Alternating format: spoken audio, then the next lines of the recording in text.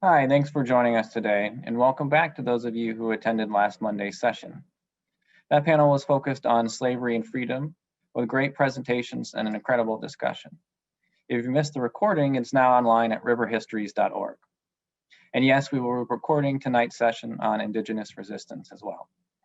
So my name is Scott McFarland. This year, I'm a National Fellow with the Jefferson Scholars Foundation and finishing up my river history dissertation at Columbia University.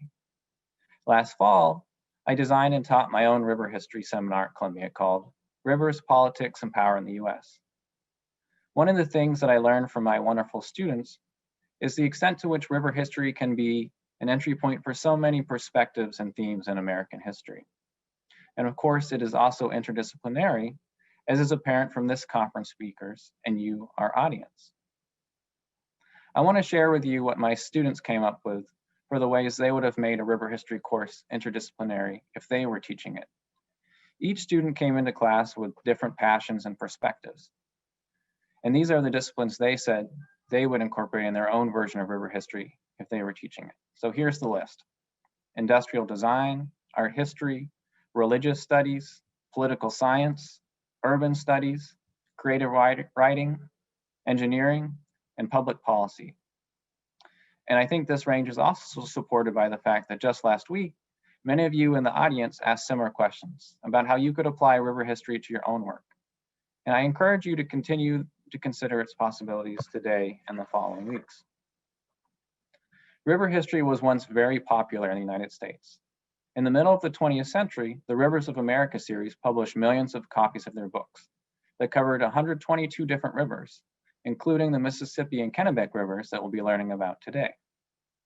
Now we need a new river series, one that undoes the errors in the previous series. In particular, its frontier narratives that erased Indigenous people, and this new one will show how rivers connect us to the past, present, and future. A handful of books from the recent past have succeeded. Some have come from our speakers, or another is Eddie Harris's Mississippi Solo, or Ann Swinger's Run, River, Run. And Texas A&M Press has also published a great series of river books. And this conference, I hope, points to the future of river history and a new river history series that could be widely read. I spent a lot of time this fall trying to convince environmental groups that embracing river history will help them become more inclusive and effective organizations. The problem with my efforts is that I've been telling rather than showing them. And so it's been great to hear from all of our speakers who are making clear the value of river history. River history can contribute to a new movement since it so clearly shows how we are all connected to each other in the places we call home. If more people believe that caring about rivers means caring about their communities, then they will fight for them.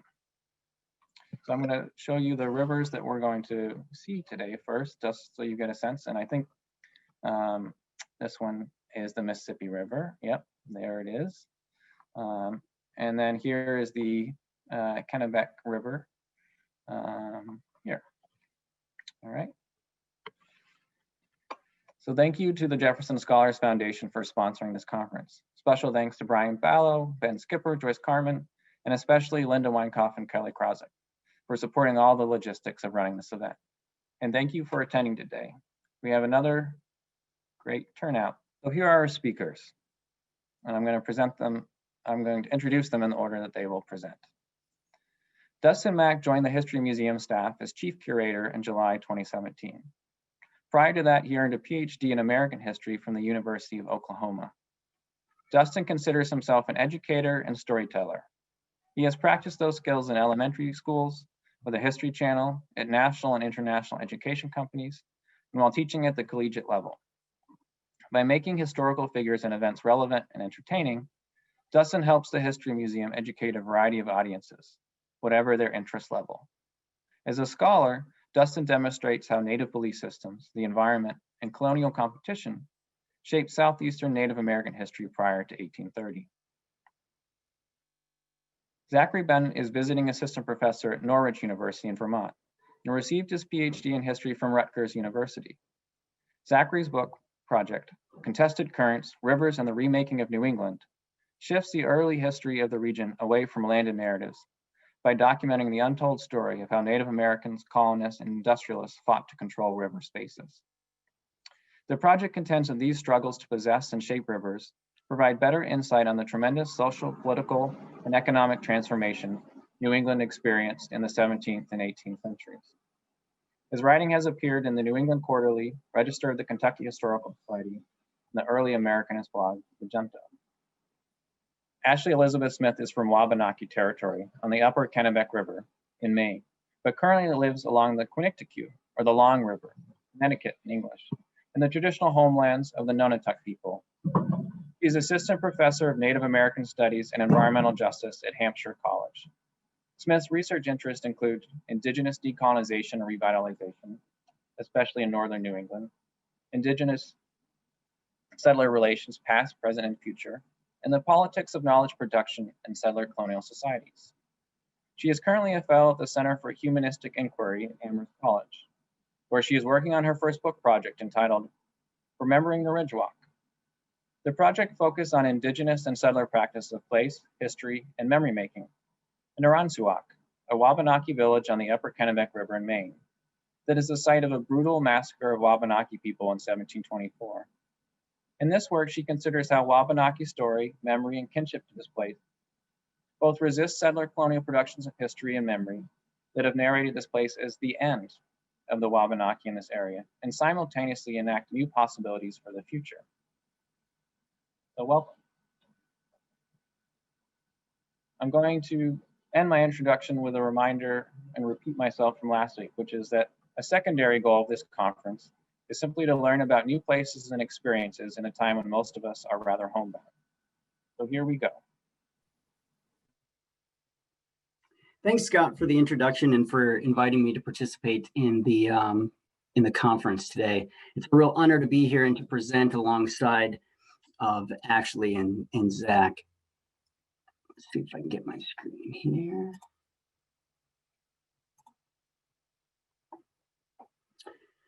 So my focus for this evening, as you've probably gathered by this point, reading the title, is the Mississippi River and Chickasaw history and geography, specifically how the Chickasaw Nation used the river to define space and time during the colonial era. Now, for those of you who may not know, the Chickasaw Nation is a federally recognized Native American nation that's headquartered in Ada, Oklahoma. But the Chickasaw's ancestral homelands are actually to the east of the Mississippi River in parts of what's present-day Kentucky, Tennessee, Mississippi, and Alabama. And that's where they lived prior to the Indian Removal Act of the 1830s and then their forced migration. But what I want to focus on today is the legend of the Chickasaws' migration to their ancestral homeland. When Scott first approached me about this conference, I was struck by the title, All Water Has Memory. And it's the collective memory of crossing the Mississippi River that helped to shape Chickasaw conceptions of history and geography. And it's the oral tradition of that migration legend that demonstrates that for the 18th century Chickasaws, the muddy Mississippi water certainly did have memory. Now, before I continue, I want to be clear, I'm not myself Chickasaw. I don't speak the Chickasaw language, and I don't represent the Chickasaw Nation. As a non-native scholar, I'm making this argument based on my understanding of the historical documents, oral histories, linguistics, and environmental studies. But this is what I found. For over 300 years, the Chickasaws have employed the Mississippi River to define their geographic homeland and their history. So you can see here an outline of where the Chickasaw Nation was once located. Chickasaw storytellers used the Mississippi River to split the West from the East, while Chickasaw names for the river demarcated North and South. And the Mississippi River divided time for the Chickasaws as well. And according to Chickasaw migration legends, kind of ancient Chickasaws or proto-Chickasaws crossed the Mississippi River, traveling west to east, and therefore marked a new era in Chickasaw history, essentially the beginning of Chickasaw history. And other Chickasaw cultural constructs like maps and titles also demonstrate that the Mississippi functioned as a unifying symbol. So in all these ways and more, the Mississippi River simultaneously served as a physical landmark and a cultural touchpoint for the Chickasaw people. Now, the importance that the Chickasaws placed on the Mississippi has essentially been overlooked in history. And it's important to understand how they viewed the river in order to understand their particular creation of a place world.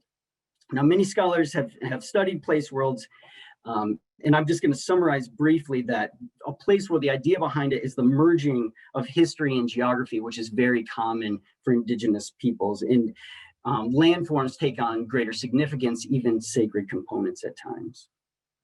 And understanding the Chickasaws' place world is so critical to understanding their relationships along the Mississippi River. So Chickasaw villages generally set about 100 miles east of the Mississippi River, but Chickasaws were constantly going to the river in the 17 and 1800s to a river which they called Saktilafa Okina, meaning the scored bluff waterway. And I'll come back to that in a little bit. The Chickasaws shipped goods up and down the Mississippi River long before American merchants did. They defended it from invasion well before Andrew Jackson ever set foot on the muddy Mississippi's banks. And they romanticized the river well before Mark Twain put pen to paper. And it's understanding this and understanding the names that the Chickasaws used to define the Mississippi River, the stories they told about it, and the otherworldly characteristics that they ascribed to it that's so important to what we have to say tonight. Because these dynamics came into play when colonial competition brought would-be empires to the Mississippi Valley. So the nations that formed relationships with the Chickasaws that became part of this social political landscape could expect to travel the Mississippi River freely. But the nations who didn't, who offended the Chickasaw or became their enemies, had their mobility limited along the river, particularly as it relates to the Chickasaw Bluffs. So this isn't a great map, but I can circle here where the Chickasaw Bluffs are located. So it's modern day Memphis, Tennessee. But it's this spot right here, the Chickasaw Bluffs, that becomes important because there's a bottleneck in the river that was created there. The bluffs funneled the current of the Mississippi towards the east bank, which was the Chickasaw, towards the Chickasaw Nation. And it's from that pinch point that the Chickasaws could essentially limit travel up and down the river. And this became critical because the Chickasaw Bluffs sit to the south of the Ohio and Missouri rivers and above the mouth of the Mississippi. So any nation that wanted to go from New Orleans up to the Ohio or the Missouri had to pass the Chickasaw Bluffs, and that meant contending with the Chickasaws. So for a relatively small nation, the Chickasaws had an outsized influence with both France, Britain, Spain, and the United States.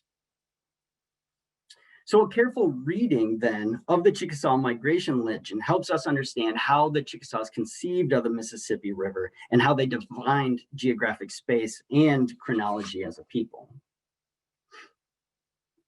And while there are multiple variations of this legend that exist, they all contain enough continuity to help explain how the 18th century Chickasaws might have conceptualized of the river. Since time immemorable, Chickasaw people have told and retold how they came to settle east of the Mississippi River. And these were not just stories, they were and still are Chickasaw truths. And these common tenets within the legends demonstrate the endurance of oral traditions.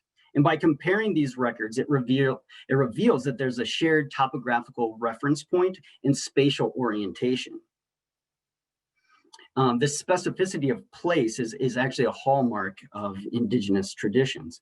And so by looking at how the Mississippi River was used in these oral traditions, we can team that with anthropology, linguistics, and even astronomy to get better insights into how the Chickasaws conceived of the Mississippi River. So although the migration legends vary by order, in the mid-20th century, Chickasaw elder Reverend Jesse Humes recited a fairly standard account of how people came to reside in their northern Mississippi homelands. As Humes was telling it, the legend followed a very familiar format. This legend, or the Chickasaw legend of the beginning goes like this, he began. In the far distant past, Chickasaw ancestors lived somewhere in the West. Under duress, they sought guidance from the creator of all things who made sacred a long pole to direct them towards a new home where they would find peace and happiness. Each night, these proto-Chickasaws camped. Their leaders would place the ground erect in the pole, as you can see here in the picture. And then in the morning, they would review the pole and find which direction it was leaning. And invariably, it would be leaning towards the east, which was signaling the direction that they should travel for that day. And this scene repeated itself day after day after day after day for a long time, until, as Humes explains, one day, just as the sun was setting, the people came upon a scene beyond their imagination. It was a great river, the likes of which they had never seen before, and the unexpected sight overwhelmed them. They had come to the Mississippi River, or what the Chickasaws would soon call Sakdilafa Okina, in reference to those Chickasaw bluffs, the serrated look of the bluffs. Humes continued his story by noting that the long pole leaned towards the east, but that the people knew home was somewhere on the other side of that wide, wide river before them. Soon afterwards, the sacred pole stood straight as an arrow, signaling that at last they had found their new homeland and that their journey had come to an end. Humes and Chickasaws, like Native peoples throughout North America, employed physical references in their storytelling. Chickasaw storytellers like Humes commonly oriented the migration legend around the Mississippi River. In the narrative, these kind of indistinct places are transformed into identifiable places only after the orator marks the waterway. So you're going to see here why I study history and I don't do graphic design. But at the top is my rendition of what the story looked like prior to the introduction of the Mississippi. So you have no idea where the people might be. You only see directions. And in the story, in the legend, it just unfolds day after day with nothing marking the space or knowing exactly where the people are. You simply know the direction that they're moving. And then in the lower screen, this is my version of the Mississippi River. And once that river is marked in the story, then people that are listening can understand where the Chickasaws had been and where they're going. It defines it as a place. So the Mississippi River then serves as the defining feature, which allowed listeners to conceive of their location. What had once been mere directions, west and east, are transformed into destinations, west and east, only after the Mississippi is identified. And audiences that were hearing this unfamiliar story for the first time wouldn't have any idea where these proto-Chickasaws would have been in the picture above. It's only after the river is introduced that you actually know where they are or where they might be going.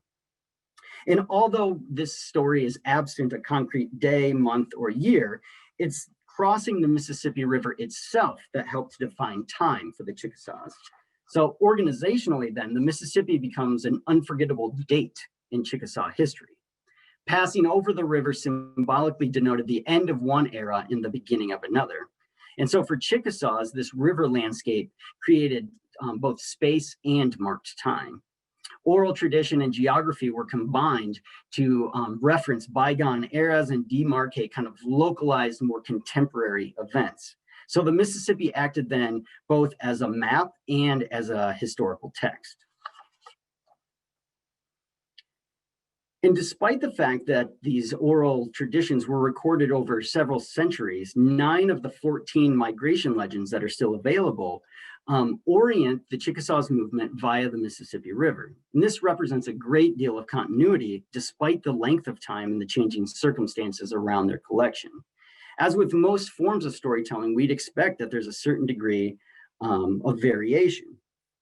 But for over 300 years, from the 18th century to the 20th century, Chickasaw storytellers have defined their ancestors' migration relative to the Mississippi River, and this is not a historical anomaly.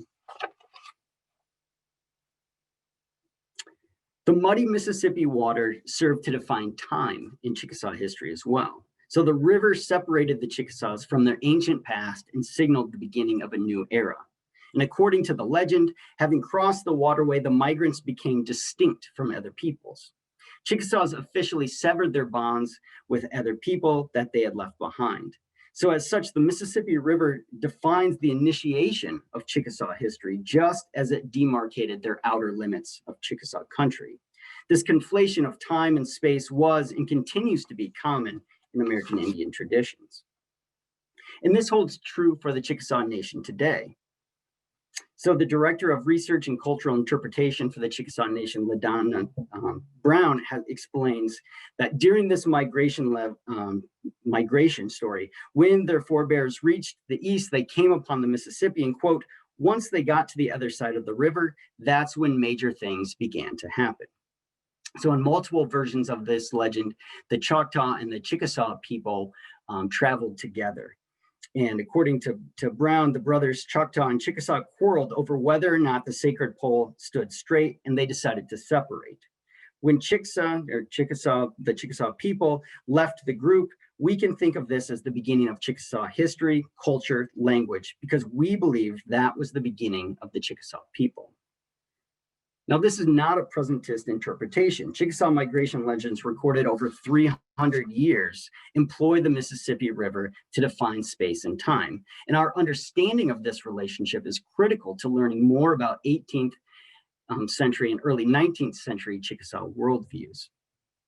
The Chickasaw migration legend helps to explain geography and chronology, as well as Chickasaw sovereignty and identity. So the Mississippi River not only demarcated the West from the East, but it helped to define foreign and domestic lands as well. And they did this by using place names. So like the migration legends, these place names helped to create space for the Chickasaws along the Mississippi River. So you can see here in this diagram, Saktilafa Okina is the Mississippi River as it passes along Chickasaw country. And that, of course, gets its name from the Chickasaw Bluffs, which the Chickasaw referred to as Saktilafa. So it's signifying the importance of that bluff to name the entire river after it, but also it's representing the Chickasaw's familiarity with that portion of the river. But as the river moves southward, as the Mississippi goes out to the Gulf, it became known as Balbasha to the Chickasaw people. Now, Balbasha, the translation essentially breaks down to a place for foreign languages. So when the Chickasaw spoke about Balbasha, still meaning the Mississippi River, they acknowledged that the southern parts of the Mississippi extended beyond their nation. They understood that in those places it was unfamiliar and it was inhabited by unfamiliar people, where there were foreign languages spoke. There's multiple of Indian nations, and eventually people from France, Africa, and Spain populated that region too. So whereas Saktilafa Okina signaled the river's familiarity of place, they were comfortable with that along Chickasaw territory. When it became Balbasha, it was foreign and somewhat exotic. Now, where this juncture in the translation from Saktilafa Okina to Balbasha, where that happens along the river, I'm not sure, but it helps to those terms designate portions of the river that then help the Chickasaws define north from south, just as they use the river to define west from east. Now, it's impossible for us to know for certain how the Chickasaw people in the 18th century thought about the Mississippi River, but this helps us get a sense of their worldview.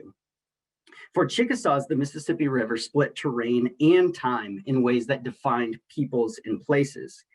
And this imagery adds needed depth and dimension to Southeastern Native American history. The story of colonialism in the Mississippi Valley is more than just geopolitics and economics. Social constructs and ecological variables must be considered as well. The Chickasaw Nation capitalized on all of these factors to help define their own sovereignty, but also to declare their independence from European empires and resist US expansion. So understanding the Chickasaw's place world and how it affected those relationships requires knowing and having memory of Saktilafa Okina in the Chickasaw's Mississippi River. So with that, I want to thank you all again for taking an interest in river history, and I'll turn things over to Zach. Thank you, Dustin. I will be continuing on that theme and moving to what is now Maine today. Let's see. Everyone can see my screen? Yes? Cool. All right, I'm Zach Bennett. I'm a visiting professor in Norwich University in Vermont, which is also Wabanaki territory, the group of people I'll be talking about today. So first off, I'll be talking not just about the Kennebec, which is in central Maine, but the connections that Kennebec had to the river systems all throughout the region, which is how Native Americans perceived it, as Dustin elucidated so well. The story I'm going to be telling today is the ultimate underdog story in a certain sense. It's how Wabanaki Indians successfully stalled the expansion of English colonization into their homelands in what is now Vermont, New Hampshire, and Maine. At least they're also in parts of Canada as well, but I'll be talking mostly about New England today. What Wabanakis call the Dawnland. What makes this story of resistance intriguing is that so many factors were stacked against the Wabanakis. The Dawnland jutted prominently into the Atlantic Ocean, and consequently, they were the first Native Americans to absorb the cataclysmic aftershocks of European encounter in the 1500s. Their Dawnland lay precariously between the centers of English and French colonial projects in Boston and Quebec, respectively. Add to all this that Wabanaki populations were small, at least in comparison to their more settled agricultural Massachusetts and Wampanoag cousins to the south, who I will mention met the Pilgrims 400 years ago this year. Disease racked Wabanaki populations like their cousins with mortality rates of upwards of 90%. Native Americans facing similar challenges were all but obliterated by the 1800s. Instead, the Wabanakis have remained in large, organized communities along the coast and elsewhere to the present day. This raises the question, how were Wabanakis able to stave off English colonization despite the odds so decidedly stacked against them? The English were just as befuddled by this question. A Massachusetts governor in 1700 wrote to London that before coming to New England from New York, he, quote, used to ridicule the people here for suffering 300 or 400 Indians to cut off 5 times their number. But I was soon convinced it was not altogether want of courage in the English that gave the advantage to the Indians. What is equally remarkable about this story of Wabanaki resistance is how it has been largely ignored in American history. Today, I will show that this story of Wabanaki survival and Americans forgetting of this resistance can be explained by centering our focus on rivers. As inheritors of Western European conceptions of space or property, at least most of us probably watching, centering our spatial focus on rivers is a counterintuitive act. We parcel space into abstract plots of earth, borders and property lines, which, however imaginary, are purported to be more or less permanent, immutable, and eternal. This landed approach to space obscures the watery connectedness of the natural world, and from a historical standpoint is out of touch with the on-the-ground realities people experienced on a daily basis in early America. Rivers flowed through the center of early American life and history. Just looked at nearly every American city founded before 1850. These cities sit beside a navigable stream or on a coast where a river empties into the ocean. Why? Because rivers were what I call the power plants of the pre-industrial age. The kinetic energy in a flowing river pushed and buoyed those in boats across space at least 3 times faster than those walking on land, and with less effort, especially for those carrying loads. The caloric energy inherent in oily salmon, shad, and eels consisted of 1/3 of colonists' yearly meat supply. For Wabanakis, that number or percentage was closer to 2/3 of their yearly meat supply. Finally, harnessing water power to turn mill wheels allowed colonists to perform such essential tasks as sawing wood, grinding grain, and fulling wool at exponentially faster rates. And I think even though we may go to historical museums and look at quaint, cute little mills, these machines saved colonists literally days of labor each week. In short, during an age when human survival was eked out by the sweat of one's brow, using river water made life a lot easier in ways that are not dissimilar to our present-day relationships with oil and electricity. Despite a common admiration for rivers and their manifold benefits, the English and the Wabanakis conceptualized rivers very differently, and this had real consequences once they became neighbors in the 1600s. For Wabanakis, rivers were the center of their physical and mental worlds. According to scholar Lisa Brooks, the words for river valley and community in the Wabanaki language are very similar. Stories that emphasize the foundational cultural values of reciprocity and connection with the natural world use rivers as a metaphor. In one story, a mud creature blocks a river and the people downstream starve. The giant hero Glowskop impales the mud creature, opens the river, and the people are so overjoyed that some jump into the water and turn into fish. To this day, many Wabanaki surnames reference this aquatic connection. The inseparability of the Wabanaki to rivers can also be seen in the names of many of their tribes. The Saco, Amherstgagan, Kennebec, Penobscot, Passamaquoddy are the same as the bodies of water which they inhabit near where they live. We often think about Native peoples' connections to their land, but Wabanakis in the historical record usually describe their territory to the English as their river or my river, not their land. Like other Native peoples, trade and politics were understood through kinship, the real and fictive blood ties with others. In the Dawnland, these relationships followed the courses of rivers. These connections were not simply up and down a river system, but across river systems, connected by tributaries and portages. So I just want you to look, for example, this is the image I'm showing now is often how rivers are depicted, and I think represents a European conception of beginning and end point of a river. And then the next image here is a map from 1715 by Nicholas Aubrey, who was a Jesuit priest who lived among the Wabanakis for several years and drew this map, and it's in an archive in Paris. Instead, I want us to notice in terms of the dimensionality of it, is that instead of rivers being a point from A to point B, that Wabanakis were able to use the tributaries that connect into larger rivers and use those to go into other river systems. So instead of going in one direction, you could go, as you can see on this map, which represents northern New England and Canada, you could go in any direction by following rivers.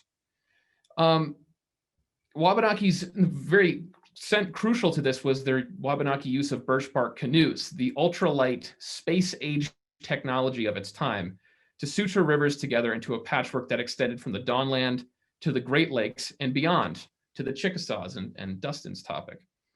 This worldview was imbued in Wabanaki language. Today, I'm talking about the Kennebec River in Maine.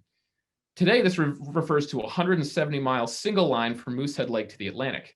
But the Wabanaki word Kinipiku, and I'm sure Ashley could say that much better than I can, does not mean the same thing. It translates to a large body of water in reference to the lower stretch of the river.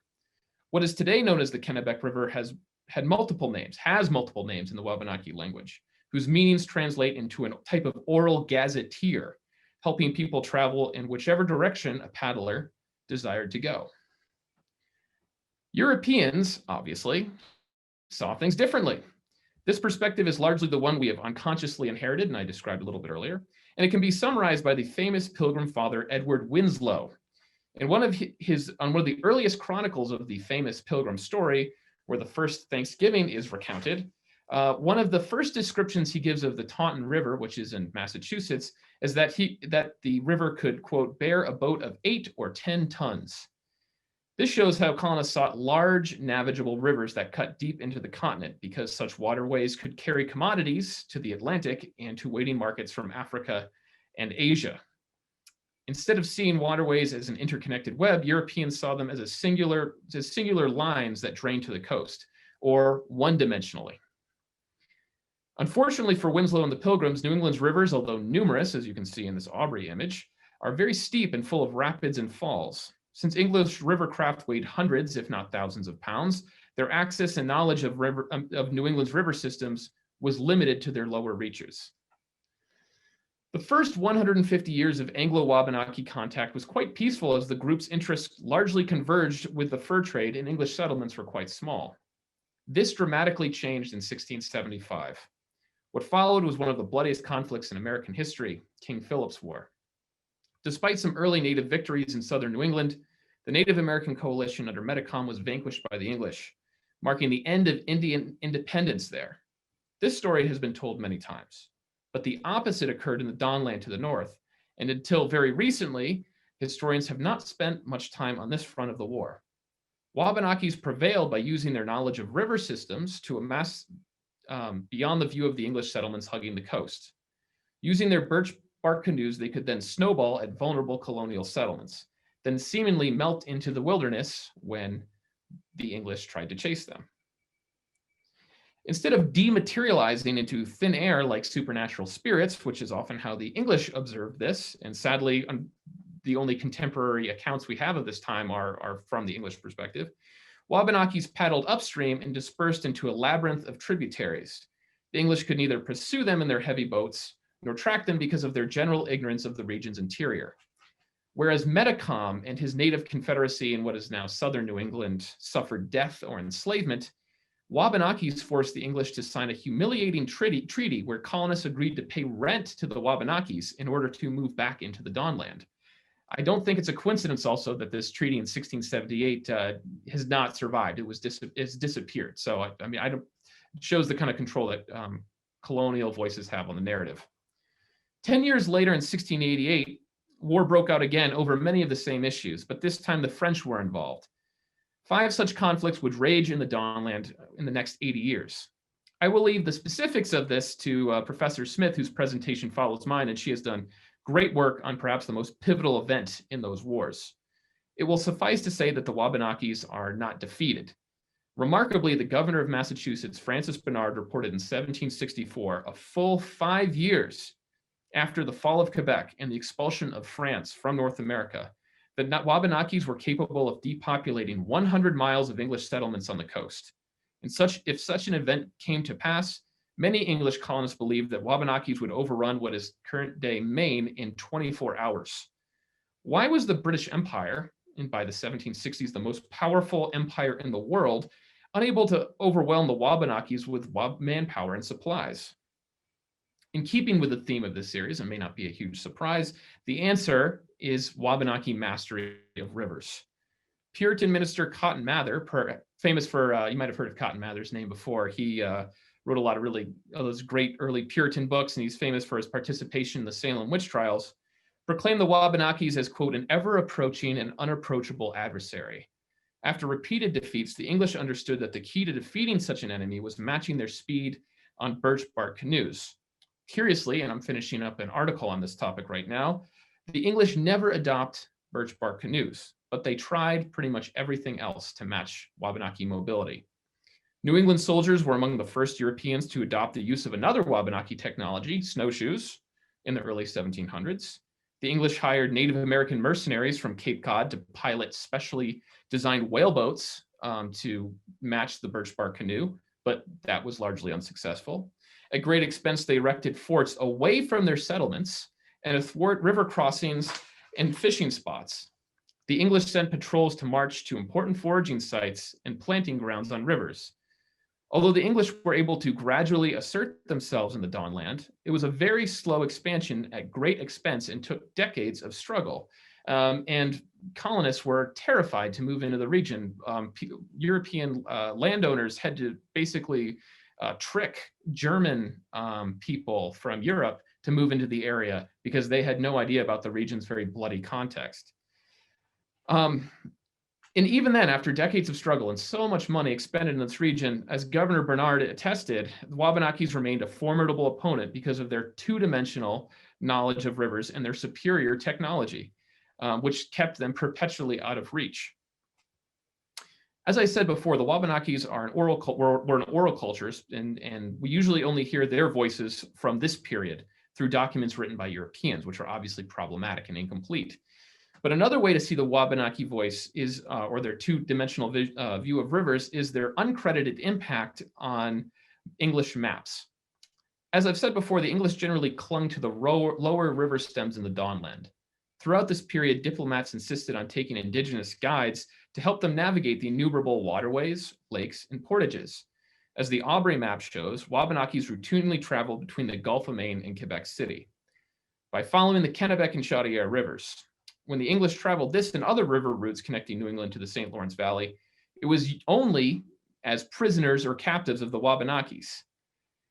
English, so what I want to turn to next is first, this is John Foster's famous 1677 map of New England. It's turned on its side. Cape Cod is on the bottom left. You can kind of get a sense compared to the Aubrey map, the European conception of rivers as, for example, the Merrimack and the Connecticut rivers are very prominent in this, and the tributaries are very small. Again, this idea of Europeans wanting large rivers where they can send big ships in to take the commodities of the region and export them into the Atlantic market. This is an English map of also of New England, and it's not important if you can, like Lake Champlain is on the left side there. It's not important that you know exactly, what particular areas you're looking at, but I want you to notice how the rivers seem to bend in on each other. And if you look very closely, you can see what look like clouds. Those are mountains, and those are the portage routes that connected the various rivers.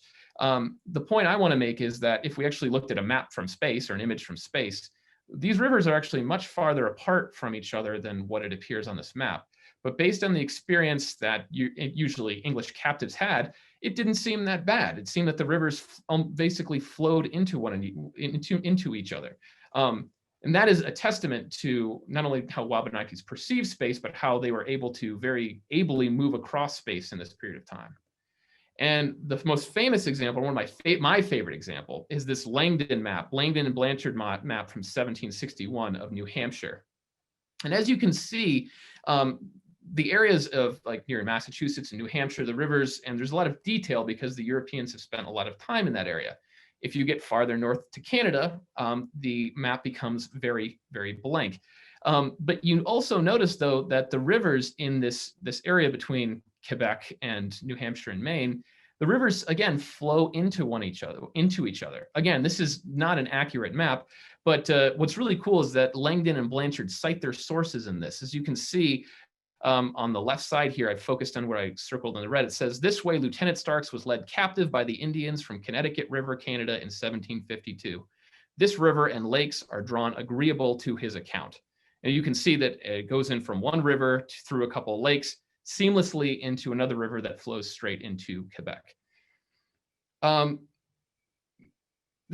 These maps are not a reflection of the English explorations or surveys. It's, again, Wabanaki knowledge and technology created this illusion, at least for the English, and it was an alluring one. And some of you may be familiar with Benedict Arnold's famous invasion of Quebec in 1775. And he had the great idea of following the Kennebec River all the way to Quebec, following these maps. And he took bateaux that were designed for the deeper Hudson River. And he quickly found out that was a very bad idea. And before they ever reached Quebec, Benedict Arnold lost half of his 1,100 men. And pretty much every single boat that he originally took on the trip was destroyed. Long before a shot was ever fired at Quebec City, and that invasion obviously failed. But again, that illusion that was created by Wabanaki movement through space in some ways doomed the Arnold expedition to Quebec, one of America's many failed attempts to invade Canada. And finally, I'll just end on this.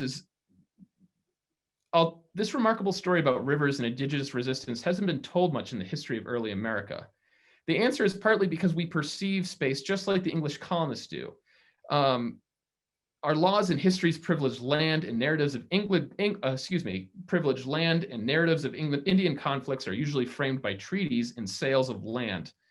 But if we approach these topics from rivers, take a riverine perspective, which is again how historical actors move through space during this period of time, we get a more complete picture that incorporates not only indigenous perspective of these events, but takes into account the environmental impact of colonialism, a context that is necessary for truly understanding the land treaties we find in history books. And that's where I'll finish off and hand it off to Professor Smith. Wow, that's so great. Thank you so much.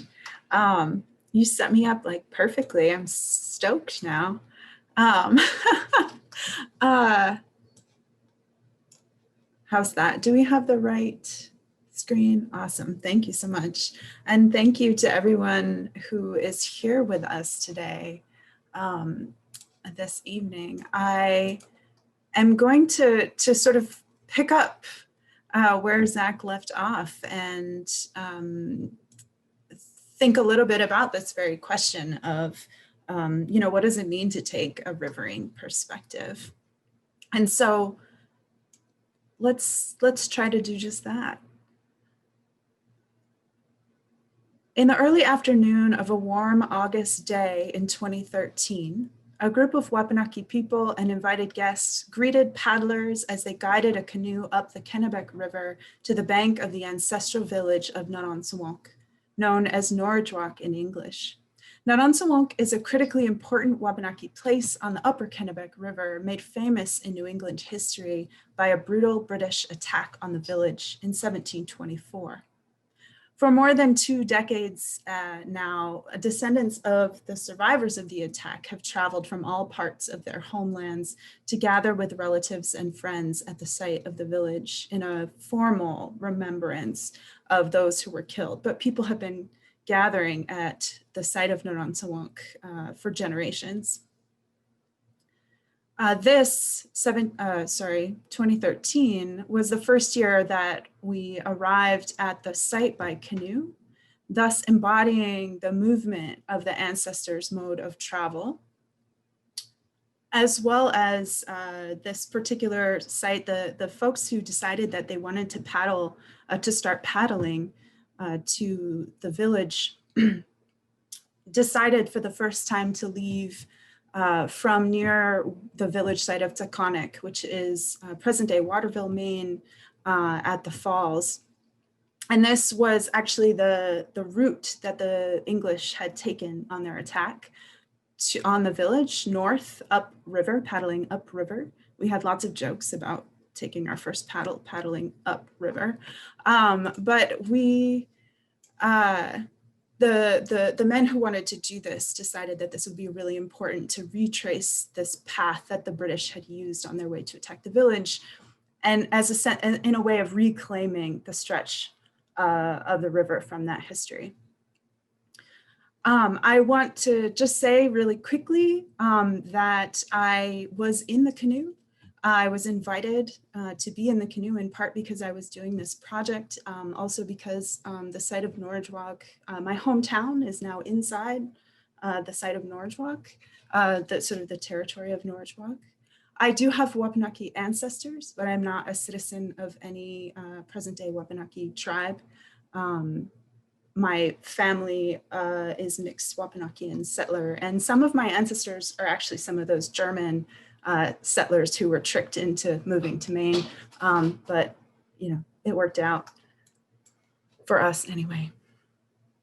So this evening, I want to sort of start in the canoe because I want to suggest that canoeing is a decolonizing methodology for history in the Indigenous Northeast and elsewhere too.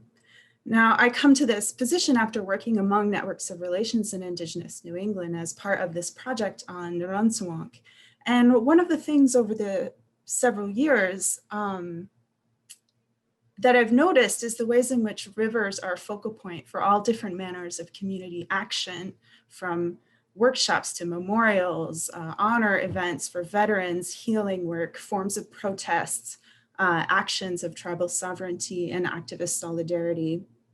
So the river and waterways in Indigenous New England are vital to projects of healing and reclaiming that are central to the practices of decolonizing as I understand them. But what does that mean for history? How can canoeing decolonize history? In order to consider this question, I think it's important to locate ourselves in the histories and relationships of these waterways. And thankfully, Zach has already begun to locate us in an understanding of these riverways and how perceptions about them has shaped historical production in some key ways. So I want to start this talk by locating us in Wabanaki practices and philosophies of relating to the waterways of Wabanaki homelands. And then I'm going to briefly recap impacts of colonial thinking as they pertain to sort of what I'm talking about specifically to link sort of what Zach has already set up for you. And then I'll turn to focus on the stories of Norridgewock specifically as a case study for understanding both the impact of colonial river relations and the sort of decolonizing work of Indigenous river relations as these pertain to history work. And this work is, for me, responding to Maori scholar of Indigenous Studies, Linda Tiwai Smith's call for research models that draw on locally relevant Indigenous ways of knowing. I ask, what is the decolonizing work we can do if we commit ourselves to rivering our engagement with history? And I'll explain what I mean by that in a moment. So back into the canoe. It's early morning on the second day of the Passamaquoddy Ancestors Paddle, a ceremonial paddle that reinforces relationships between the inland freshwater Passamaquoddy and their saltwater kin to the southeast. Yesterday, we spent the day paddling the riverways, reaching the coast around dinner time last night. This morning, we begin the saltwater stretch. The tide that will carry us as we paddle southeast along the bay is drifting out, away from the canoes lined up along the shore. The air is cold, damp, salty, but the fog is slowly burning off and it promises to be a warm day. As we gather for morning ceremony and prepare to launch the canoes, tribal historian Donald Sakatoma shares a teaching with us. Drawing our attention to the waters of the bay, he reminds us that these waters are the waters of the Passamaquoddy ancestors. By paddling here, we honor and connect with them by moving as they moved on the same waterways. And we also build relationships with the ancestors by being on the water with them. The ashes of many of the people have been spread in these waters. In this way, he tells us, the people's DNA and genetic memory is literally part of the water. The people are connected to these waters and these lands. And this is why we need everybody to fight to protect them. This is why he tells us the community continues to do this paddle and to invite people like me to join them. As he finishes, he invites community members who share stories of their loved ones who are now part of these waters and who they remember as they paddle in this journey. As I listen to their stories, I'm struck by how many relatives are in the water and how many generations are brought across space and time to be together during this paddle. And I just want to say that I share this story with direct permission from Donald Sakatoma. I wouldn't tell it otherwise. So I think this is really important to understand, right, that Indigenous peoples of the lands now known as Maine thrive within the social and cultural networks embedded in waterways that flow through the landscape. Wabanaki peoples today say that they're river peoples. And the historical record supports this understanding. References to Indigenous belonging to the river, as Zach had also pointed out, are prevalent in treaty conferences and meetings between leaders of what the colonists called the Eastern Indians of Maine and Passamaquoddy Bay Colony in the 17th and 18th century. Perhaps the most well-known example, thanks to the work of Lisa and Cassandra Brooks, is Leader Poland's description of the Presumpscot River as the river which I belong to in his 1739 appeal to Governor Belcher. And in this appeal, he requests that Belcher kind of rein his people in and remove the dams that were damaging the networks of relationships on the river, what we would call sort of the socio-ecological networks upriver from the dams. And then again in 1857, Maine Indian missionary Eugene Vetramil reflected that, quote, to the Indian mind, the first idea is that of the river. And he used this observation to translate the name Sabinwa, which the English had referred to as a leader in the 1600s, that the English referred to as the Lord of the River, right? Using kind of ideas about dominion. But he shifts this to a perspective from the language where, and translated it to he rivers it, sort of showing the centrality of the river in that concept, but also that the river is movement. It's a being, right? So it becomes a verb. And I just want to note as sort of an aside that there have been scholars and historians that have dismissed this idea of river belonging as an ideological or romanticized or ahistorical presentist kind of position, and have instead kind of debated over whether Wabanaki social organization, for instance, is riverine based or kinship based. And to my mind, I think that this sort of either or split in way of thinking kind of misses the mark, because it actually renders it impossible to engage in an understanding of how Wabanaki people see the river itself as kin and what that might mean to these relationships. So I think that this sets up nicely the overall framework for my thinking tonight, and that is sort of Wabanaki understandings of familial relationships on the one hand, and colonial understandings of actions of dominion over rivers. And as myself, I'm trained as an anthropologist, and I'm interested in the politics of knowledge in historical production. So I'm interested in seeing how these practices shape ways of thinking, right, that also then shape ways of producing knowledge, in this case, history. So I'm going to say thank you again to Zach for this setup in how an understanding of how rivers are central to colonial endeavors and how they're undertaken. And I want to put it into this language of extractive colonialism, right, which is that sort of part of approach to colonialism, which is about getting those resources and moving them down the river stem out so they can be shipped away, and that this opens up the way for settler colonialism here.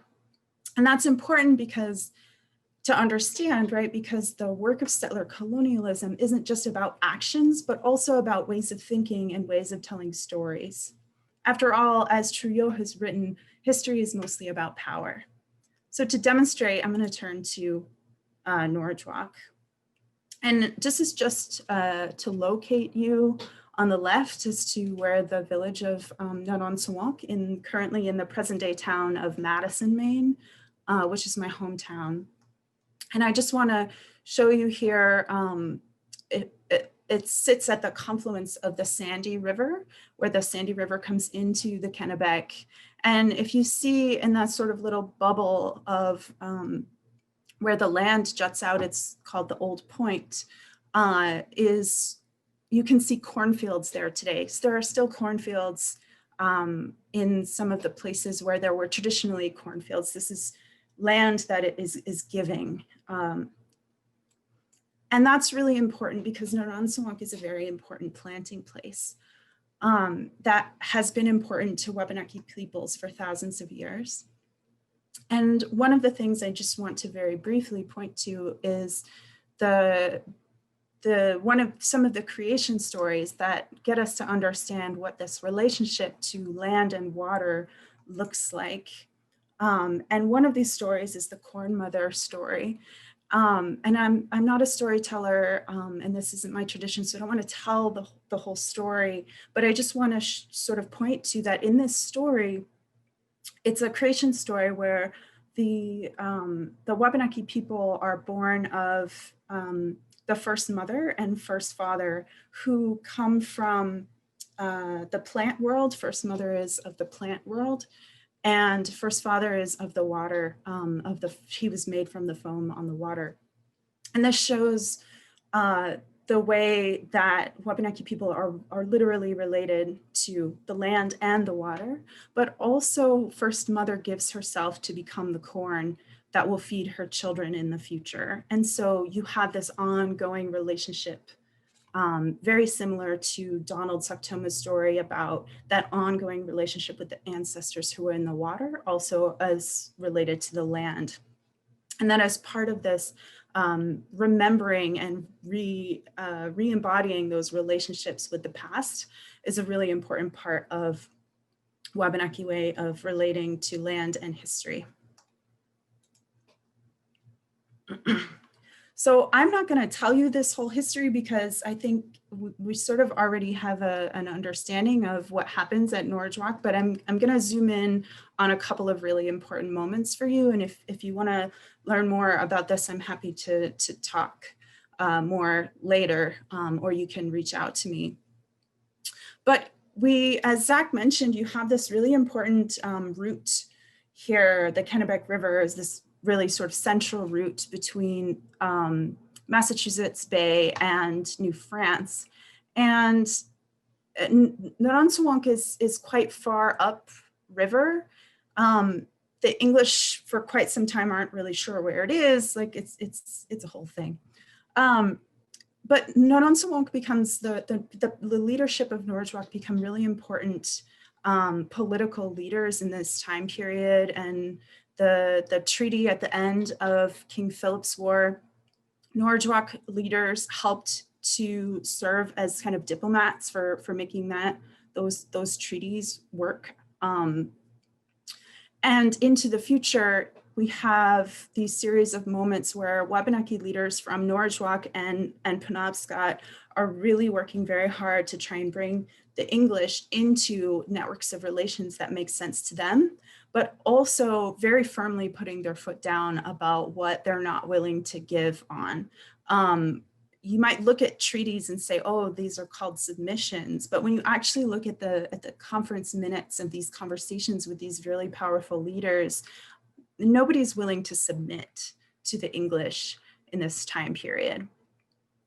So this sort of debate over rivers as centers versus rivers as boundaries becomes really a tense moment after the treaty in 1713, when the English claim Wabanaki lands as a result of their treaty with the French, right? That they had taken the land Acadia to its ancient boundaries. And for decades after that, they would argue over what that ancient boundary was.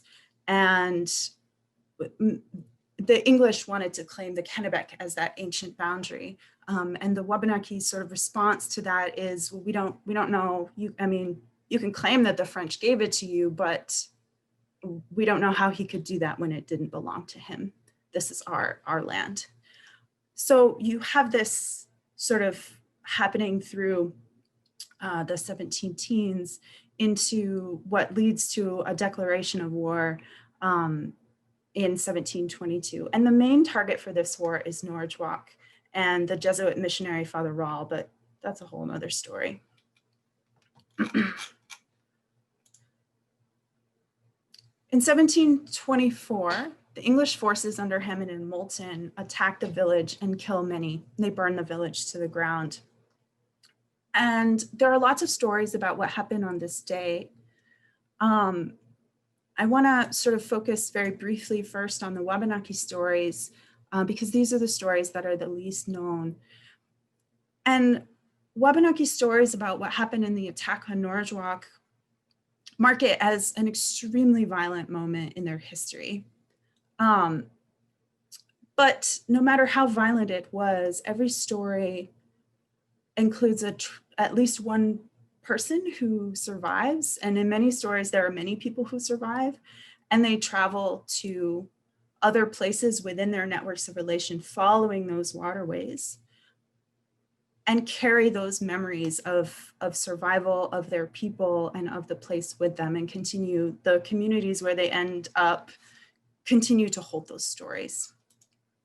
So this memory, right, is part of these waterways, and the people who continue to be related to the Nonsuwak are all over Wabanaki territory, and some of them are citizens now of other communities.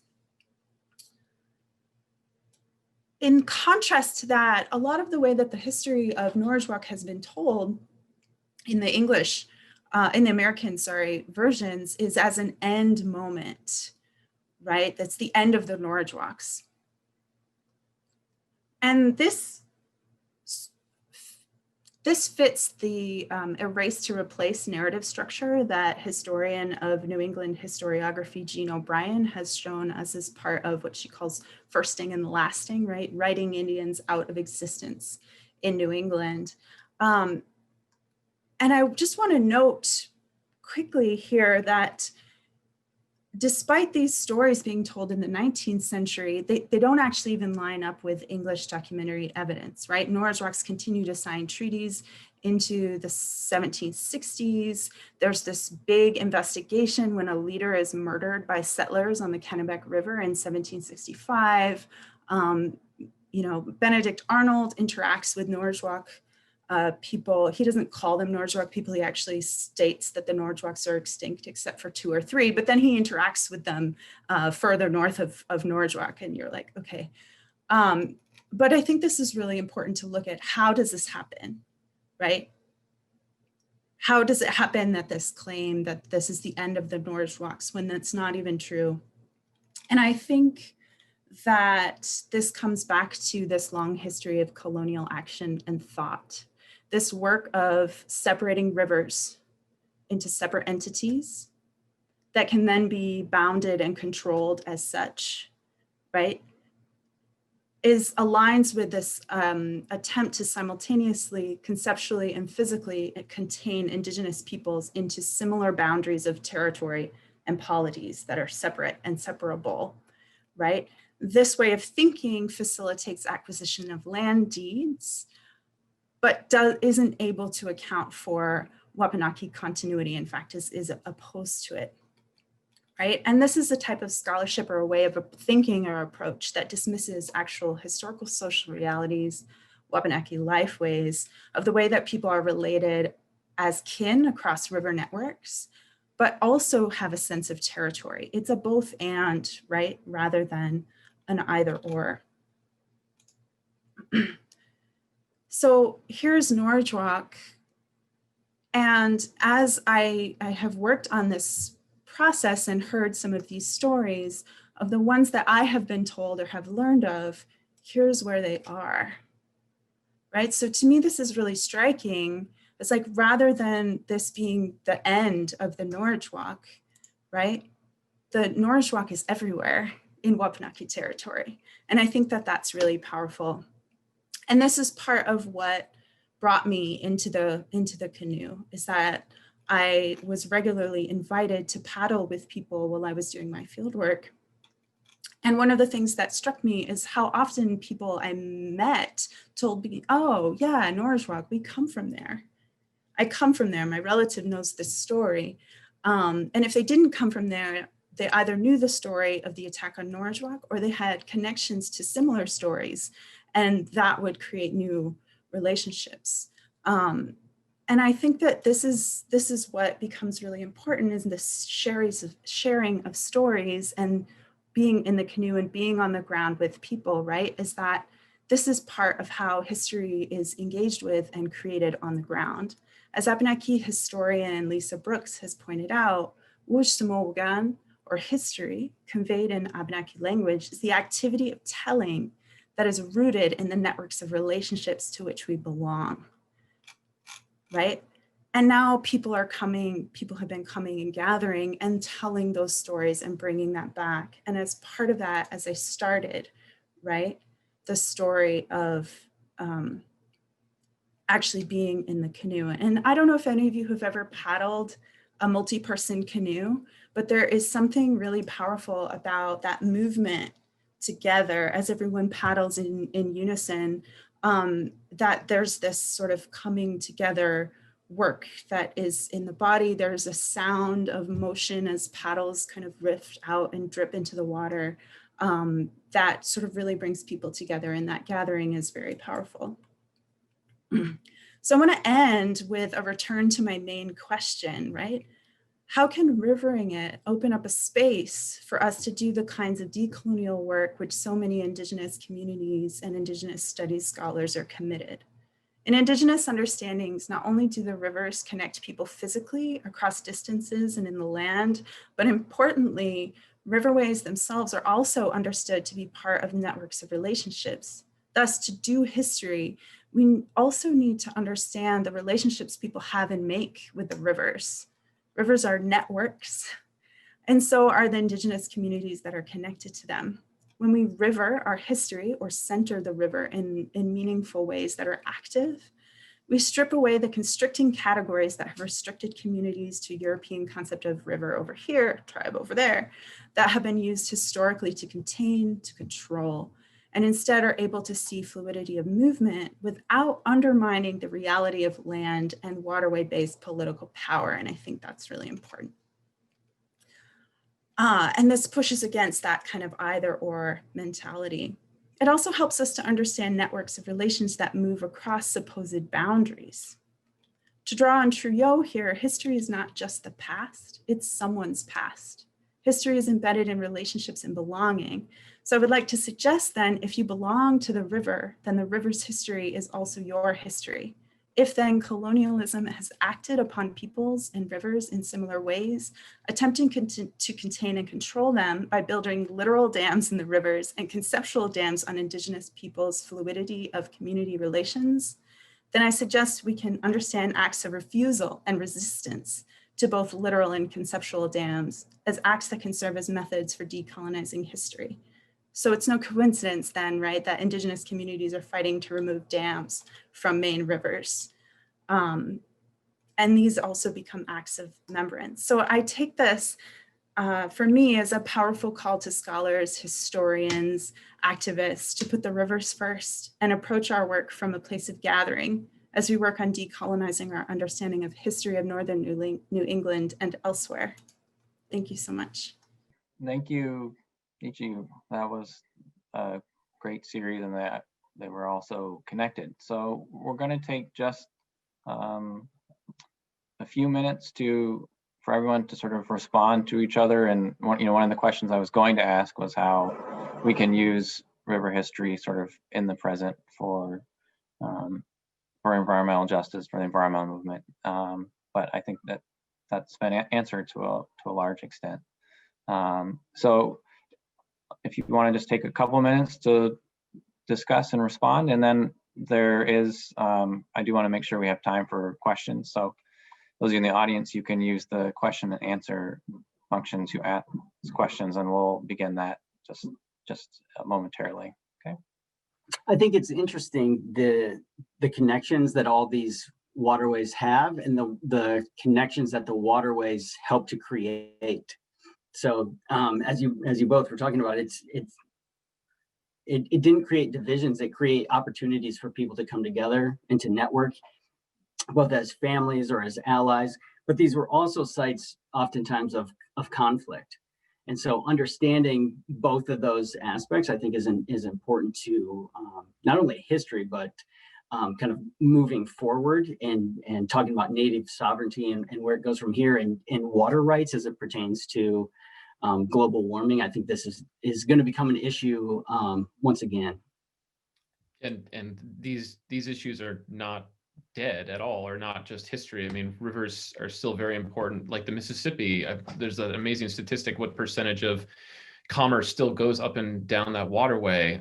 There's the issue of removing dams, but dams also provide jobs in certain places. These are not easy answers, but I think rivers are really, useful spaces, because people have shown, and especially with like a conception of ecology and the interconnectedness of the natural world, that that interconnectedness can be often seen and best at the site of a river. And I think as a society, whether we're talking about Indigenous people or not, kind of deciding what type of society we want to live in, the shapes of rivers are actually, in some ways, brings a lot of those issues together. I find myself thinking a little bit about the sort of fundamental entangledness of environmental degradation and the loss of tribal sovereignty and self-determination and power. And so I think that sort of the way that we conceptualize what a river does is part of sort of enabling both one and the other, or disabling, right? That kind of attack in environmental. And so sort of thinking about Scott's question that he sent us about kind of this relationship, right, between environmental justice and then Indigenous resistance, I think that is fundamental, right? Because environmental justice is actually, I think, quite linked to tribal sovereignty in ways that at times historically environmentalists and tribal groups have been at odds, but over this sort of issue of sovereignty. And I think that some of the work, when we get right down to the history from the perspective of the river and look at it in a much deeper way, we see that we can't take those things apart. I think that creates space for new alliances to form, right? For people who had in the traditional mindset of how environmentalism breaks down against history and whatnot, that there are similarities there that can overlap, that they can come together and work together on these issues. And I think we're seeing that on the ground. And I think some of the work in Maine between and I don't work on this focus, but just to say briefly, because it's been all over the news, between the Penobscot Nation and activists related in the Penobscot Nation and other sort of community activists that are working to sort of save the Penobscot River, from, on the one hand, a territorial taking by the state of Maine, and then on the other hand, this sort of ongoing trouble with pollution issues between the mills and a mega dump site and other things, that this is continuing. And what's happening there that's really amazing is those relationships building, right, between members of the tribe and others from the state doing, not from the state government, but from communities actually like really doing the work on the ground. And it's really amazing. Yeah, so I saw one of the questions that was posted from Racina was saying the idea of giving legal personhood to waterways. And I know that's a big movement. I know the Ganges River, right, in India was recently, I think, given that designation by the Indian government. And I think that that really speaks to the challenge that how do we inscribe Indigenous knowledges and perspectives that I think if from a, you know, not just for Indigenous people in on their own perspective in their own right, but for all of our society in terms of useful ways of practical ways of engaging with the environment, right, that are crucial in the kind of environmental crises that we face in the 21st century. I think the challenge is, you know, how do we inscribe these perspectives into our law, which is, you know, where does it come from? It comes from the concept of precedent and the Magna Carta and in medieval Europe, right? And that cultural dissonance, right, is, I don't think insurmountable, but it is a challenge, right? To how do we incorporate these things into our law, incorporate these perspectives? And I think from a purely practical standpoint, I think is very going to be very important for us going forward in the future. We see that in Oklahoma right now with the struggle over water rights. And so the Chickasaw and Choctaw nations have a vast amount of water that the state of Oklahoma desperately wants to get to utilize. And so coming to an agreement on that is central, I think, to that relationship and the creation of law and precedent going forward. I think it gets really tricky too, because on the one hand, the sort of the way that European legal concepts sort of get brought to the you know, Americas, but then morph, right? They become something else in part because of that relationship with tribes.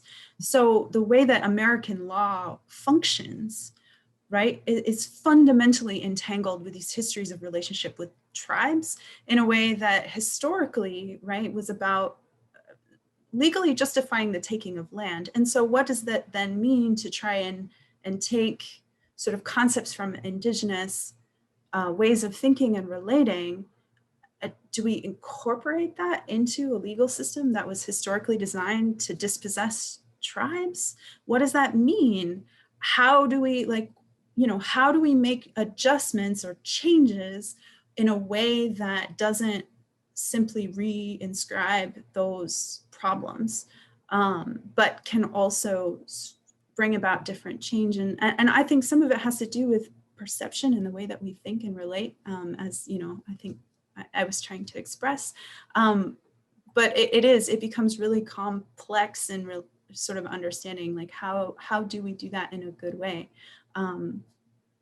Yeah.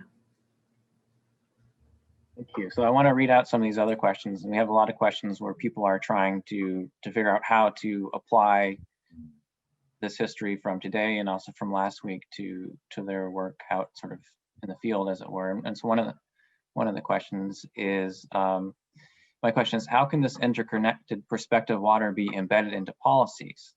Water advocates usually refer to watersheds as the unit to achieve this, but what types of frameworks could complement this?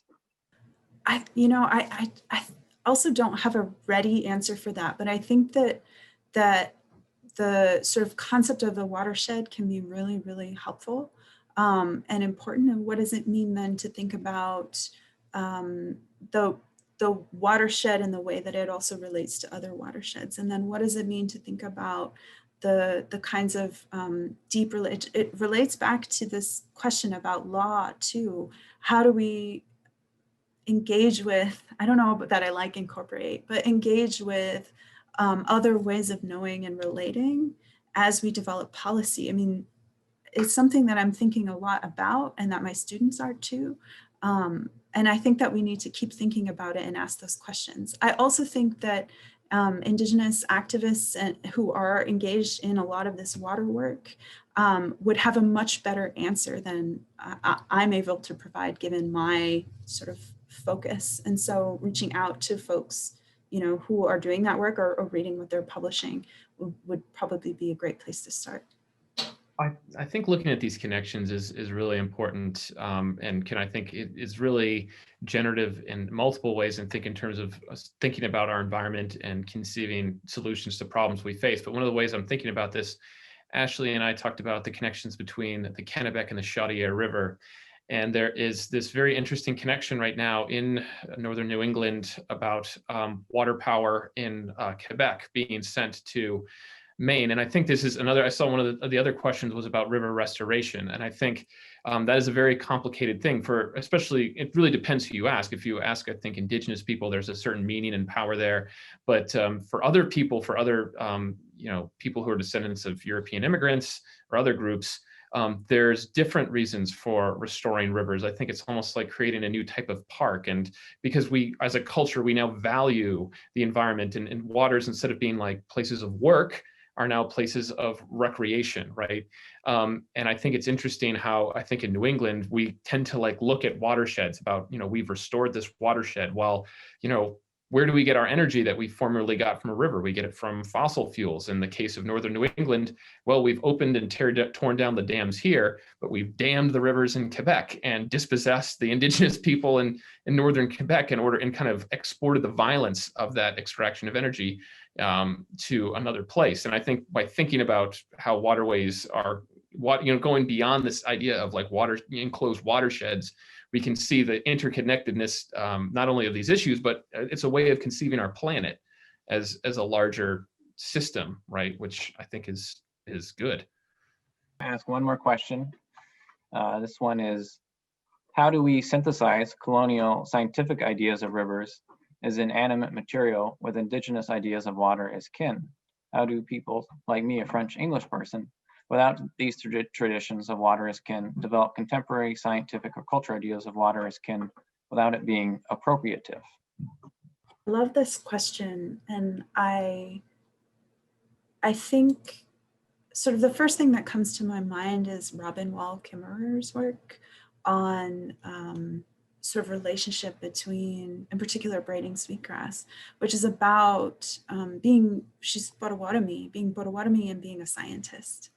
And what that means of sort of thinking about,